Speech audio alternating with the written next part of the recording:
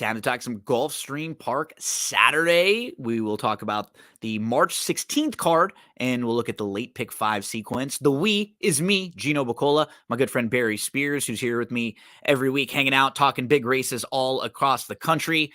Barry, we are looking at the DRF past performances, as always, for Gulfstream Park every racing day. So now that's Wednesday through Sunday. You have past performances, DRF picks, clocker reports from Mike Welsh and the great team over there. Shop.drf.com for everything you need for Gulfstream Park. I'm sure a lot of folks that are going to be playing in the NHC this weekend are going to be dialing up drf.com for their past performances for a little help. Big money up for grabs, and this weekend, a lot of attention will be on the NHC, my friend. Yeah, it's such an exciting event every year, and it's always a lot of drama, especially towards the later end of most of these cards. So I think we're covering a couple of races that are Yep. that are actually in the are mandatories, which is cool. You can play along with them, and then try to qualify next year. So And fun. also a couple races that are going to be in the Coast to Coast Pick 5 for Saturday, which are races 10 and 12 that you can play. It's a First Racing created this bet. It's a really good bet. It's 15% takeout. It's $1 minimum, and it's a couple of races from Gulfstream, a couple from Santa Anita every Saturday, every Sunday. Because of the $1 minimum and the low takeout, it always pays well, even if it's chalky. And it's always fun and difficult to go back and forth from a couple different tracks like this. Barry, this weekend, when you look around the country, there aren't a whole ton of stakes races. I think from Saturday to Sunday in North America and in the United States, I think there are 2 graded stakes on Saturday. There's the Whitmore at Oaklawn. There's the San Carlos at Santa Anita. And then on Sunday, there aren't any.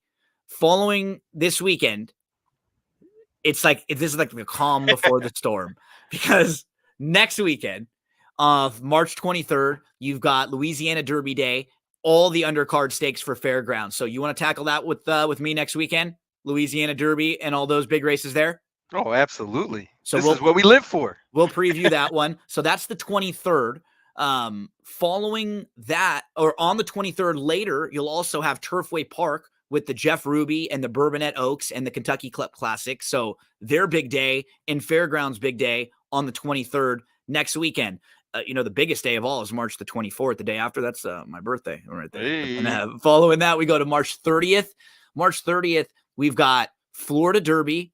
We've got Arkansas Derby. We've also got Dubai early in the morning with the UAE Derby, Dubai World Cup, all their big races. So you start early, you go from Dubai straight to Florida Derby, and then to Arkansas Derby and the big races at Oaklawn.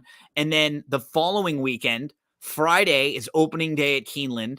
Saturday, you get the Wood Memorial and all the big races at Aqueduct. Oh, yeah. You get the Bluegrass and all the big races at Keeneland and the Santa Anita Derby. So all 3 of those prep races are on the same day, April the 6th. So starting next weekend, it's just 3 massive weekends in a row, where each of these weekends, multiple tracks have like their biggest days of the meet and tons of stakes races, Derby preps, Oak preps. It's just going to be madness over the next, over the next month in particular. And that's all before we even get into Oaks and Derby, Barry. That's just the lead up to those big days. Man, it's so great. This is the best time to, this little period here, mid-March through May, it's unmatched as far as horse racing is concerned.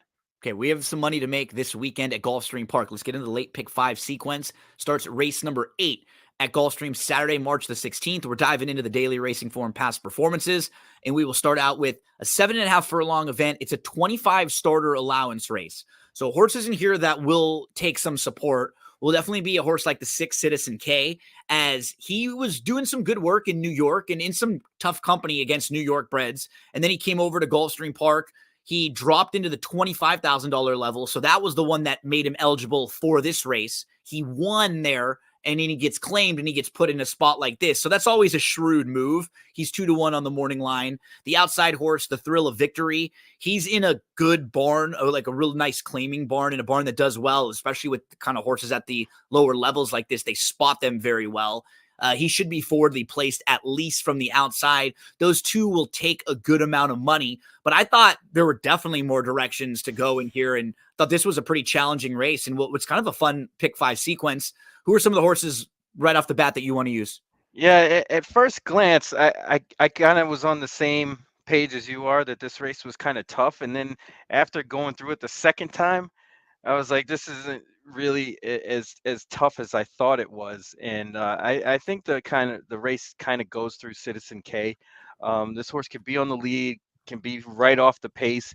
I don't gather there's really too much good speed in here. I mean, I think the horses like the 7 is going to show some speed, and the 4 Swashbuckle will probably be up front, and that leaves the 2 horses that I do kind of like, just going to be sitting right behind him, Citizen K and Mr. Crowley. Um, and Mr. Crowley's kind of interesting here, especially at the price of 5-1. He's 2 for 2 on the turf and been running, just a steady diet of synthetic up at Woodbine, then came down here to Florida and got claimed twice. And I think it's a good move that Barry Croft is putting this horse on the turf, because it seems like that horse probably might move up a little bit on the turf, with a decent trip, and getting Jose Ortiz will probably guarantee that he's going to get a good trip. But those two seem like a little bit above the rest as far as class wise, and also speed wise. I think they'll dominate this race. The 6, I completely agree with you, is the horse to beat. And then in some situations, I'd have no problem singling a horse like this, or just using a couple others. You pointed out the 5, who's a really fun wild card to use, and I think very interesting. I had him. The horses that you mentioned were the horses I had picked second and third. The only one who I had in front of them, who is more of a wild card, but I had from a value based standpoint, is the 2, who I think his figures are a little bit better than what they would when you watch the races and you just kind of go in through his overall body of work.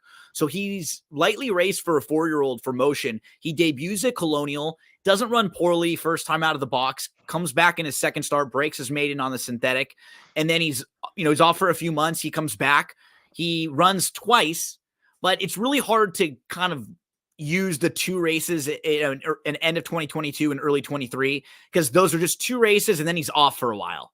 So there may have been something physically wrong in the January race where he just didn't really fire all that much. Then he comes back on October the 12th at Delaware. Looks like he needed the race, going 7. It was a tough spot. He had legitimate traffic on November the 18th at Delaware, or at Laurel Park. And then he came back at Tampa at 25. He dropped in for 25 and he wins. That's the race that makes him eligible for this. He steps up. He found the 50 claimers like a little too tough.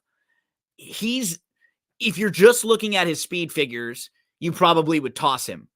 But when you start to go through each of his races and you try to make sense of all of them, I actually wouldn't be shocked to see him be really competitive at this level, because he's been facing better through most of his career. The only time he was in a spot sort of like this, he won.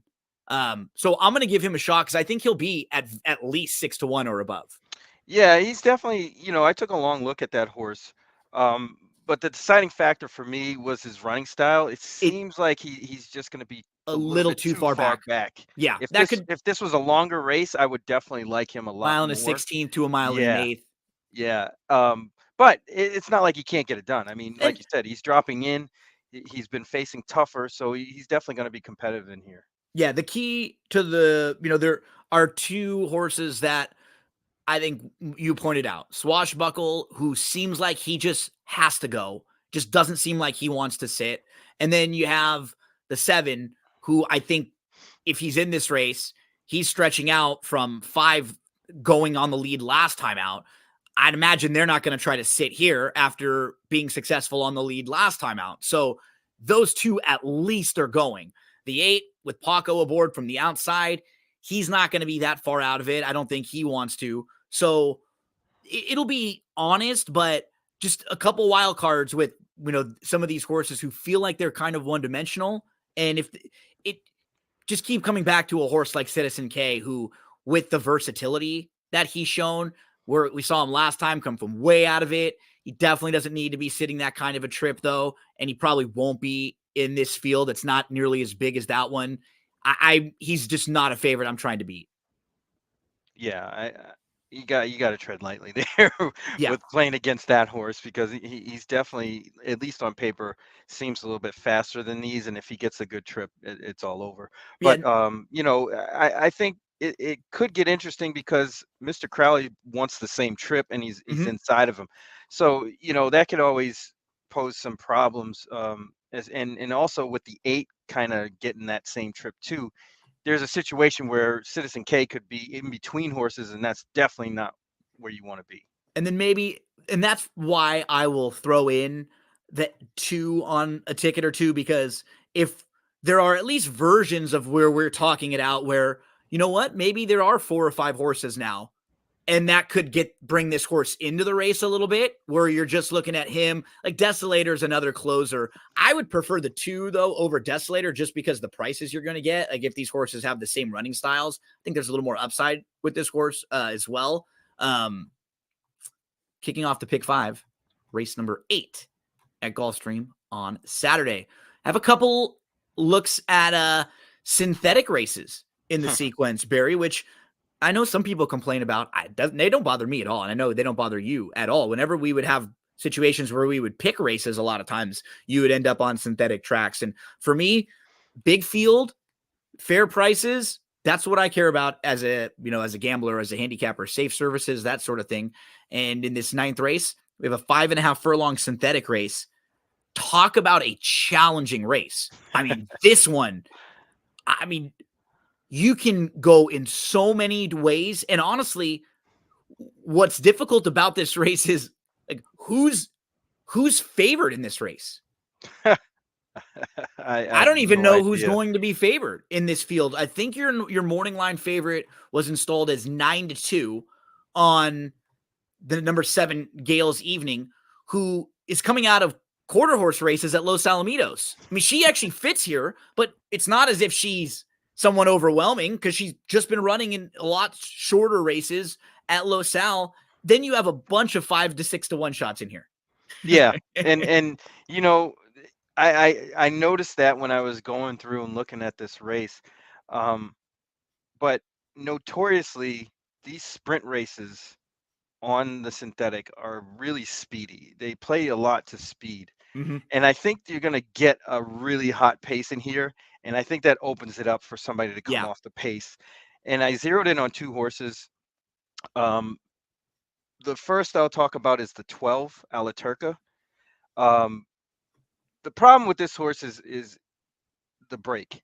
This horse doesn't get out very well out of the gate. You could see bump start, broke out, steadied early. Things like that happen a lot to this horse, but comes running like a freight train. Gets Irad, whose timing is impeccable on the synthetic.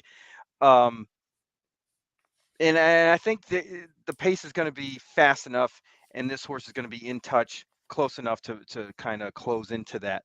The other horse who I would kind of make my top pick would be the 10 Serenade Kitten. Has the same sort of running style, and you'll see early on in this horse's career was going long on the synthetic and running pretty decent races too. Then got laid off, came back August of 2023 and started sprinting. And the horse kind of felt his stride a little bit at Presque Isle. There's a couple races at $15,000 that he won that she won that are pretty good and very competitive in this spot. I like this is a slight drop in class into this race. And I think the race really sets up for this horse. I'd be shocked if this horse is 20-1. No, she'll probably be right Um, in the mix with a lot of the other horses, like in the 6-8. I think that's probably where she should be, right? right. Where all these other horses are going to be between 5 and 10-1. That makes a little more sense for her, because you're right, man. Even just compare her race. So she was 4th against 12-5 claimers in December, but look Mhm. at last year against 10 claimers at this level, same exact race. She's 2nd, beaten 3/4 of a length. She was favored in that Yeah, spot. yeah. I You mean, know, she fits here, and I was with you when, I was thinking half of that 20 to 1 is probably Yeah. where should probably be about, at post time. But man, she definitely, if there's enough pace for her to run into, she's going to merit a really, really good shot. And, kind of the other horses, I'm not really too enthused with, especially like Avatar Hero. I gave that horse too many chances. Speed Salsa is coming off a really long layoff with Paco. Probably, I wouldn't be surprised if that horse ends up, kind of disputing the pace. Air to the Roar really doesn't have much stretch punch. Flip My ID is just a speedball that likes to quit also.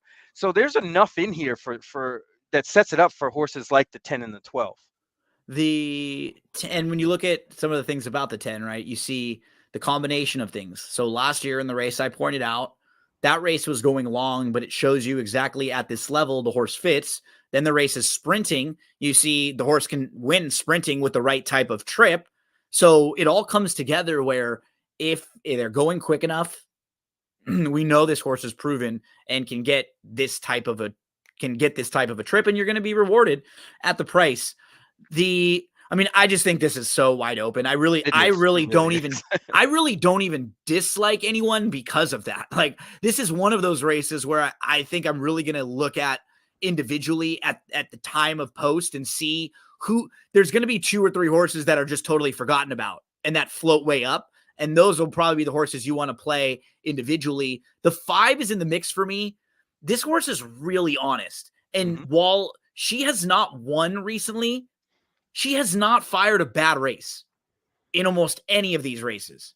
She's right there every time, and she's the type of horse who just sort of falls into it. And if you're playing a pick 4 or pick 5, I want her in the mix too, because I think they're going to be going pretty quick.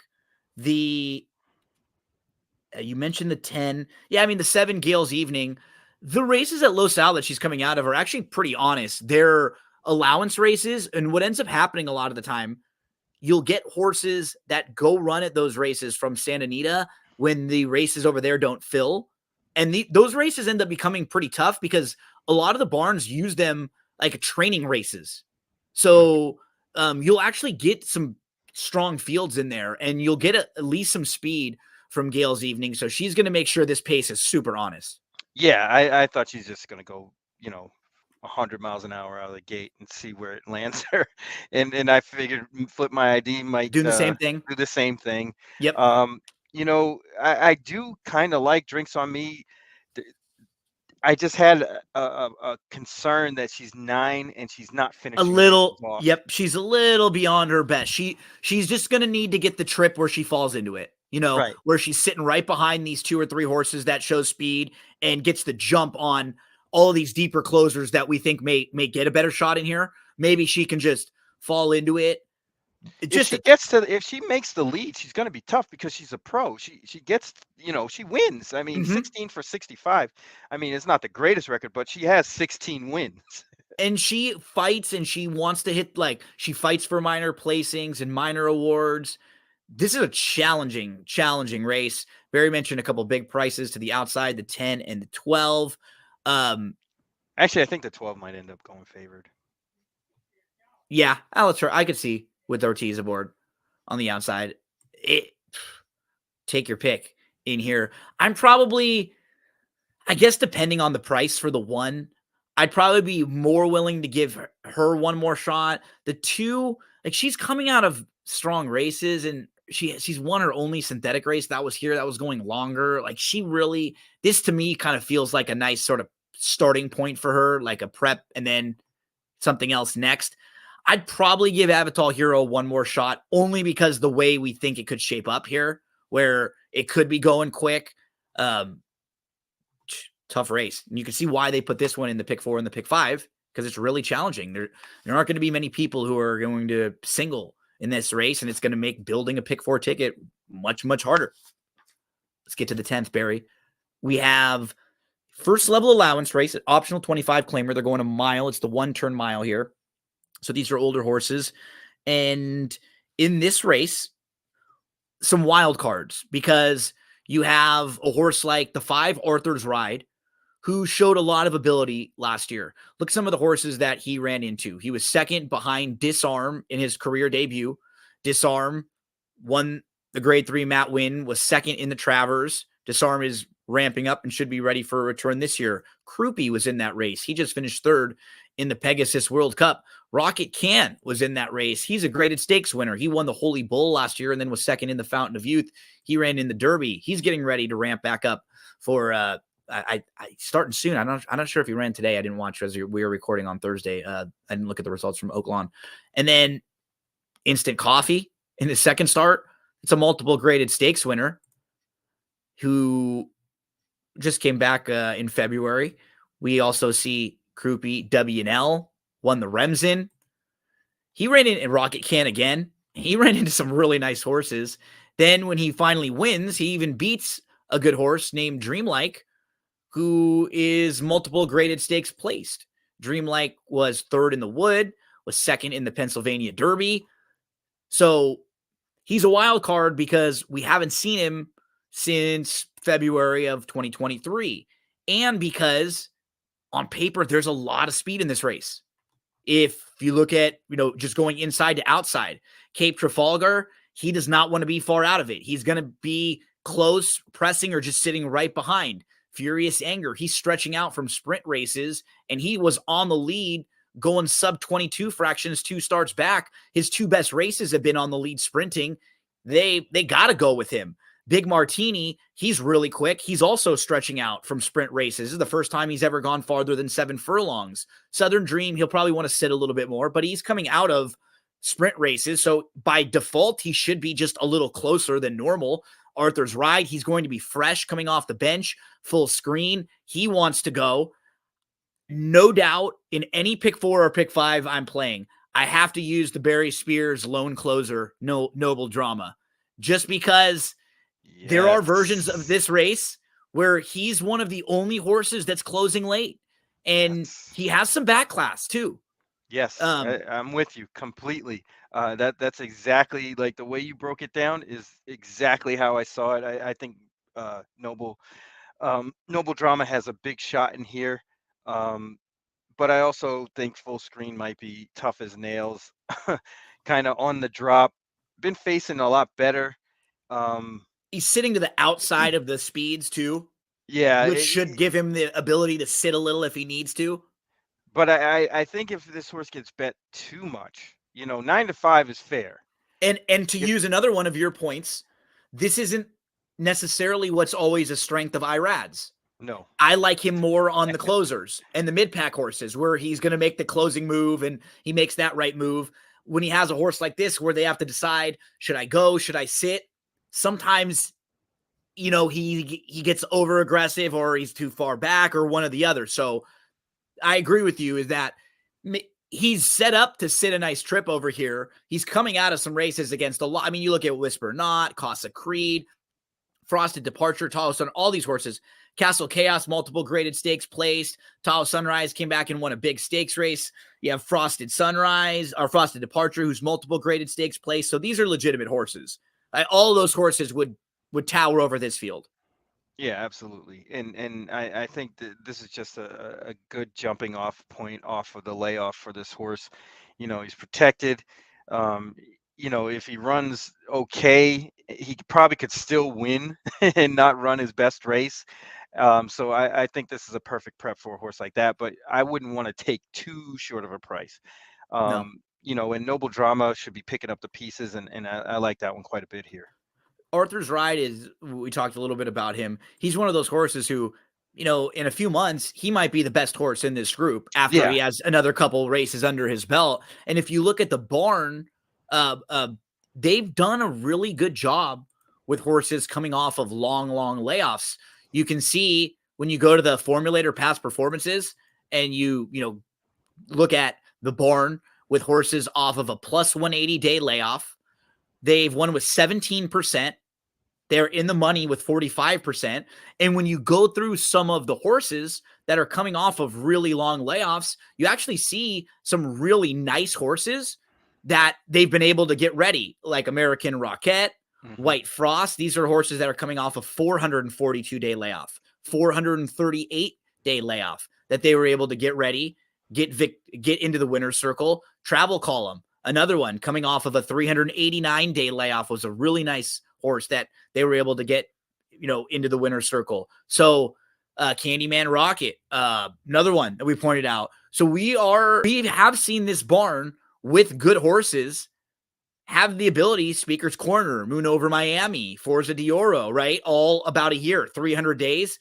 They can do it with the right type of horse.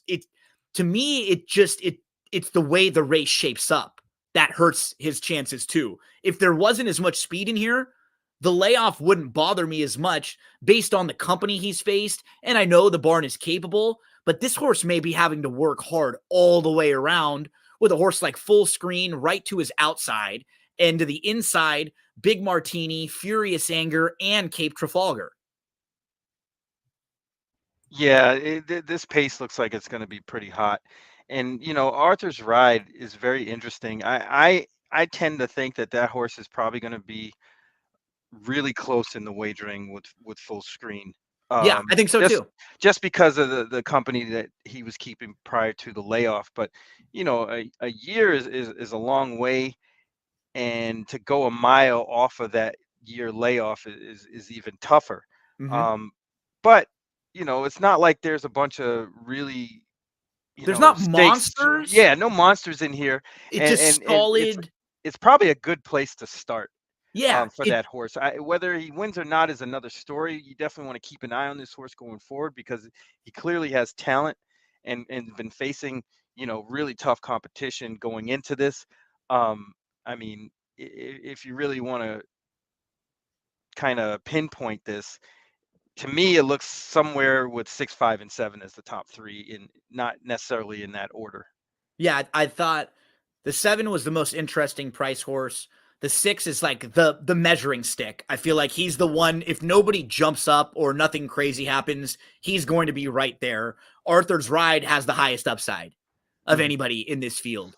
And if he's ready to rock and he gets an okay trip, he can. If he sits third, Oh, fine, and yeah. he's able to sit off a little bit, he might he wins this race.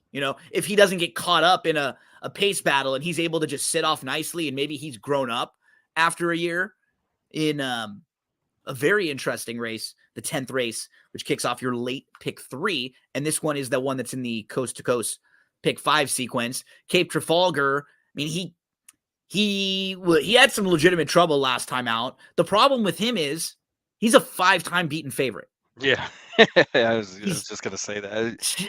Every time he's favored, he just doesn't show up for whatever reason. he's a horse who's really hard to trust, and now he gets the rail, and things might get a little tricky for him down there. So, race number 10, we both feel like Noble Drama is the fun price horse who could be the lone closer in here. He'll be way out of it early. He needs some pace help, but if you're playing any multi-exotics, he would be the one in the race that I would say, yeah, he's the fun horse that at the right price that could get the right kind of trip that you want to include. Let's go to race number 11, Barry. We bounce back to the synthetic. We have another synthetic sprint in here. This one is a first level allowance. It's an optional 25 claimer going 5 on the synthetic. You have some speed from Kavoo.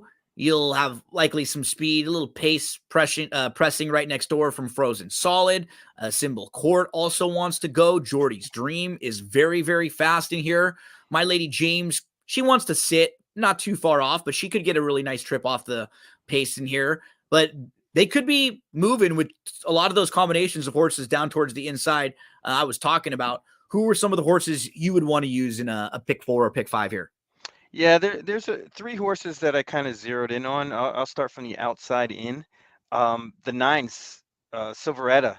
I think this horse might be a lot better than what obviously you see on paper, because it's just all races over in the UK. But if you look at the comments, the horse is always forwardly placed. Which is key in these types of just coming over to the US. You just want to make sure they're not dead closers, especially right off the Precisely. bat. Precisely. And Ruiz will probably get this horse in a good spot. He probably won't be on the lead, which is might be ideal, especially from that outside post. Getting Lasix is another thing that'll probably be beneficial for this horse, because I'm probably sure that's why that horse is here. that being said, I think this horse fits at this level. He's run good pretty much every race other than his first one, and probably fits with Hmm. this group. So at 6-1, you got to include a horse like that. To me, Yep, I agree. Boston Rose is another one that was kind of doing the same thing over in Europe. Ran on the synthetic in France, ran pretty decent. Came here at the 25 optional claiming level, the same level that they're running on Saturday, and ran pretty decent. I think there's something to be said for horses that come from overseas to get used to the pace over here, unless they're just kind of freakazoids and they come over and they're just better. They have to kind of adapt Acclimate. to the Yep, yeah to the way um, the races are run here, and honestly, probably the move to synthetic might help this horse rather than running on the turf again at that same level. I So agree. I'm not willing to throw that one away. Jack Sisterson does really well on the synthetic. Um, And should get a good trip in here. should Coming, yeah sitting off the pace, but enough tact, just like we were saying, enough tactical speed to where this horse shouldn't have to be way, way out of it, right? Enough positional speed to stay mid pack instead of, ninth in the field. That's what we're hoping for. Yes, exactly. Close enough to run people down. Mm-hmm. And the third one is the 3 Frozen Solid. I like this one on the drop. This horse was running, in way tougher races Yep. at Ellis over the summer. Um, Brian Lynch is a real good eye for the synthetic. He's 21%, and he doesn't have a huge sample size, but he does have horses that run, and when they go, it's stands out to me that he's putting this horse in a synthetic sprint instead of going on the turf.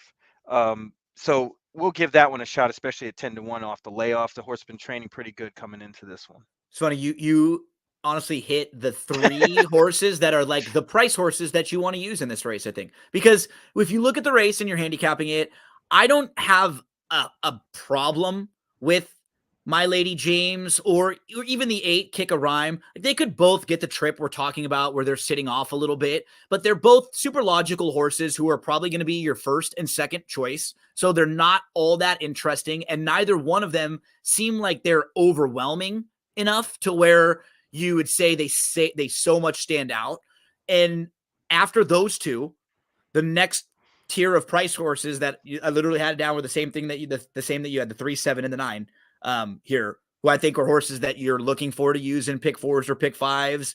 I was trying to get to the 2 Cavu, who I just am so worried about Jordy's Dream and a couple of the other speed horses that we mentioned, even, the presence of Symbol Court in here. And then a couple others that like Frozen Solid and My Lady James might not want to be that far out of it either. No, So then no, there's like a group of 5 or 6 all kind of pushing it. And so I I'll keep an eye on Cavu because she's obviously a good synthetic sprinter. I think she just needs a race that's a little more friendly to her running style, to the race shape that she needs.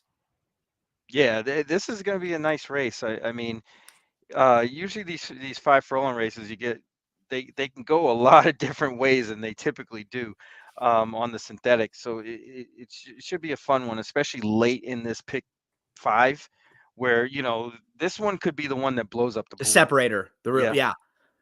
Let's finish things out. Race number 12. We go a mile and a 16th on the turf course. This is the third or fourth leg in the coast to coast pick 5 it's the fourth leg for Saturday, March 16 sequence. Then they finish up at Santa Anita in the 7th race over there. So race number 12, maiden specials, mile and a 16th on the turf course, Barry. The one better bet is going to be one of the major contenders in here. And it'll be no surprise coming out of the race she was in. She did face a couple of the other rivals in that race. Malibu Springs was in there. Juan Valdez, Scatsu Tap were all in there. But let's watch the number 2, Better Bet, who has a fine sort of start, but then after wasn't that far behind the leaders, and then all of a sudden just kind of got pushed back and is last in this race. And now even at the back of the field gets sort of steadied and pushed back even another length or two and loses a little positioning when the 7 sort of tries to settles at the rail. And so now your 2 isn't even in the picture, and Alexis Zobra is on the front end here. And Alexis Zobra ends up winning this race, going wire to wire. Let's watch, skipping a little farther in this race, the top of the lane. Watch this 2-horse now. This is Better Bet. Watch how wide this horse is coming at the back and moving outside. The 2 is way out wide. Just does not corner at all. And now is like off your screen for a second. And in the middle of the track, this horse is way wide and really closes well. And this is a race won by a gate to wire winner where there was no passing whatsoever after getting that early shuffle, getting backed up, and then having to go out wide. Everyone's going to see what we saw. This horse is not going to be a huge, massive price or anything, but that was a lot for a horse first time out of the box. And we don't even know if he has to be that far out of it this time.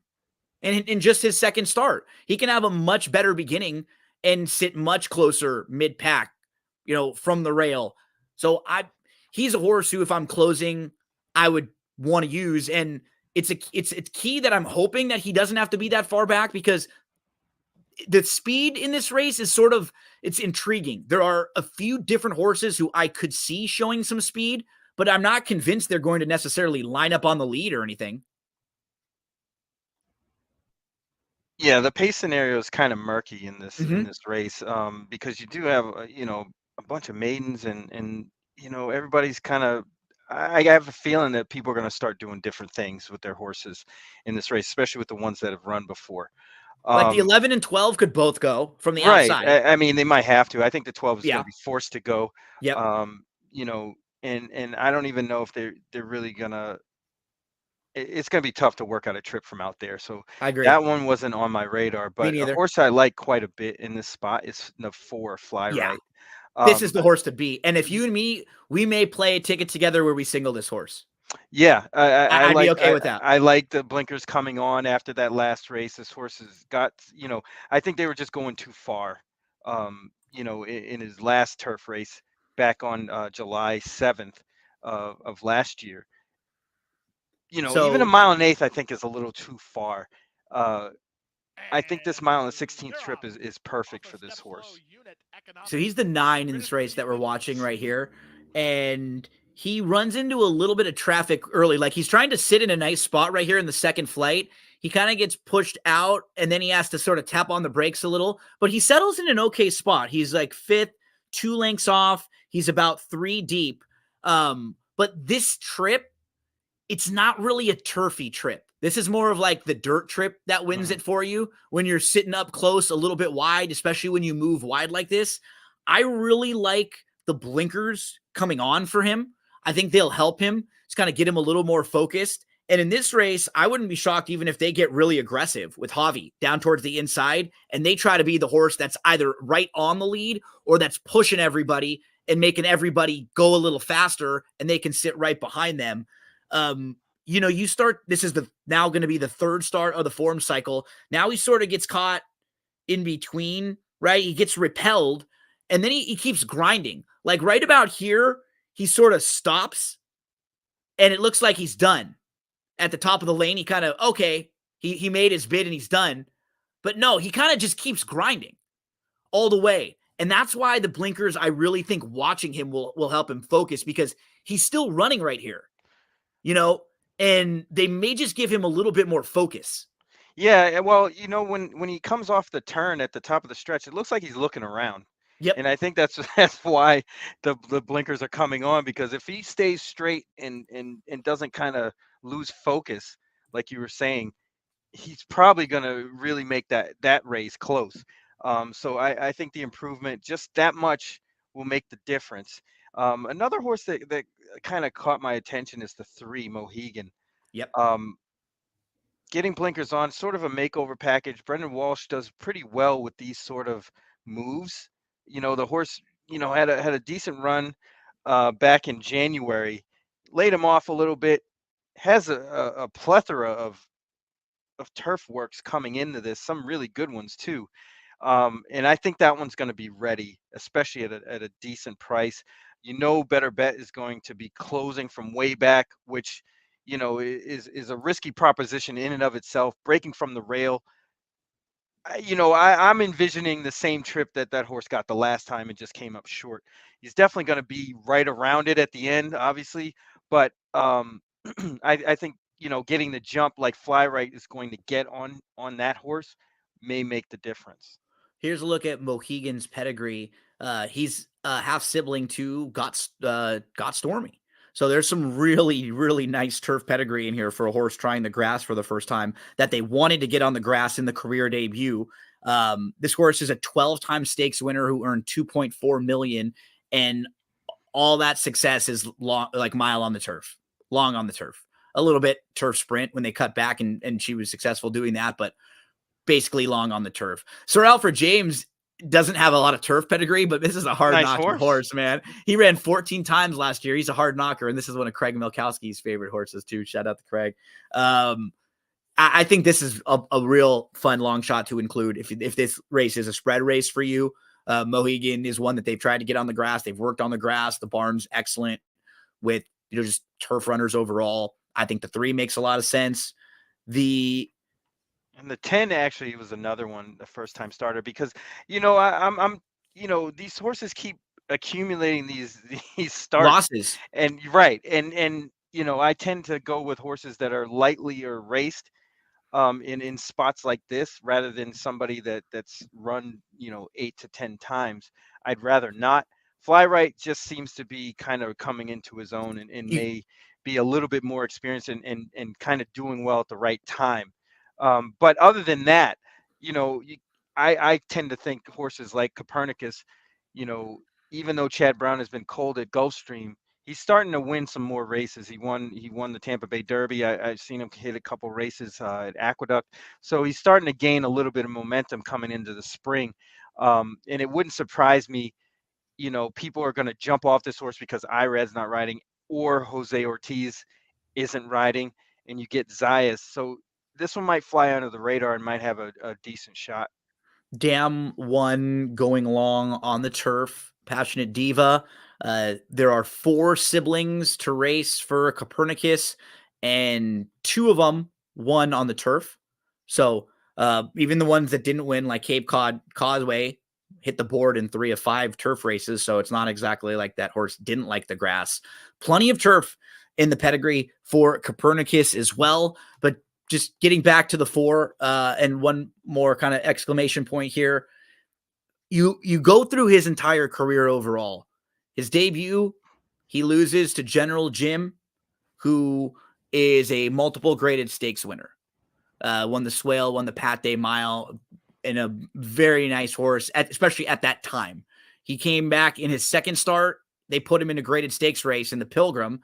He runs into Major Dude, who was another horse at that time period who was really good. He is a multiple graded stakes winner. And, so you start going through every one of this horse's races in his career, and a lot of them make sense. His third start, he's behind Ari Gold, who goes wire to wire, winning this race, and Ari Gold is a stakes winner. And so now, okay, all of those races make sense. Following that, he's off the bench from November to June. He shows back up in June. Nothing wrong with either of his races that he runs. He's second in both of them. And then the race is taken off the turf at Saratoga, put a line right through it. He just doesn't fire. He doesn't want to run in the race off the turf. And then he's off the bench again from July to January. He shows up in January, and look at his 2 races since moving into a new barn. They're both fine. They're really solid.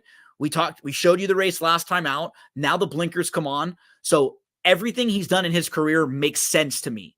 There's no races in here where I'm like, what happened? Why didn't he just show up? Why didn't he fire? Every time I understand exactly why he ran the race he ran. The only 2 times he didn't show up was on a yielding turf course and in a race that was on the dirt that was taken off the turf.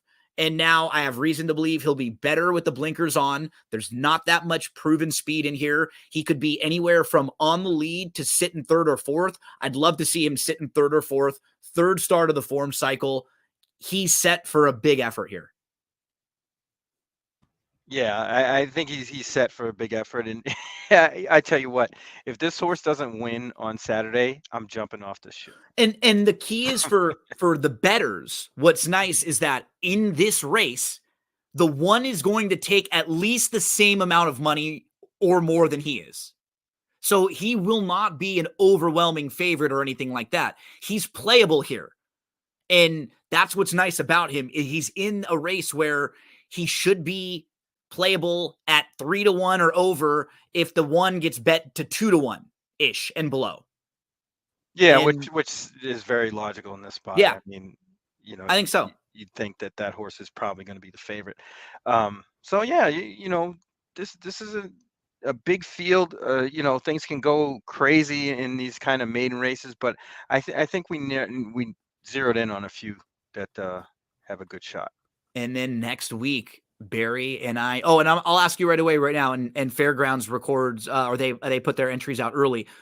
Next week, Thursday, it starts the NCAA tournament. So that's the day when I sit back and try and get drunk early in the day and watch all the games. It's like one of the few days of the year that I'll do that. So I'm going to try to get a lot of stuff done Wednesday and Friday. And I think the Fairgrounds race has come out really early. So maybe we'll record Wednesday this week coming Sounds up, good to me. and the folks can have everything to take a look at, because that's going to be a blast.